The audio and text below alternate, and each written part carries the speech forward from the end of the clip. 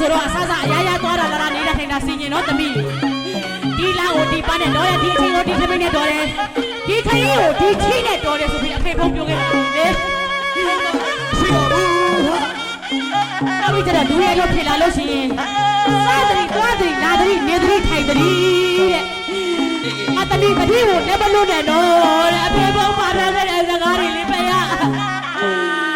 အမေတို့နားရဲမတွေ့ပါဘူးပဲရကိုရတယ်ပဲကုန်ကြပြီဗျ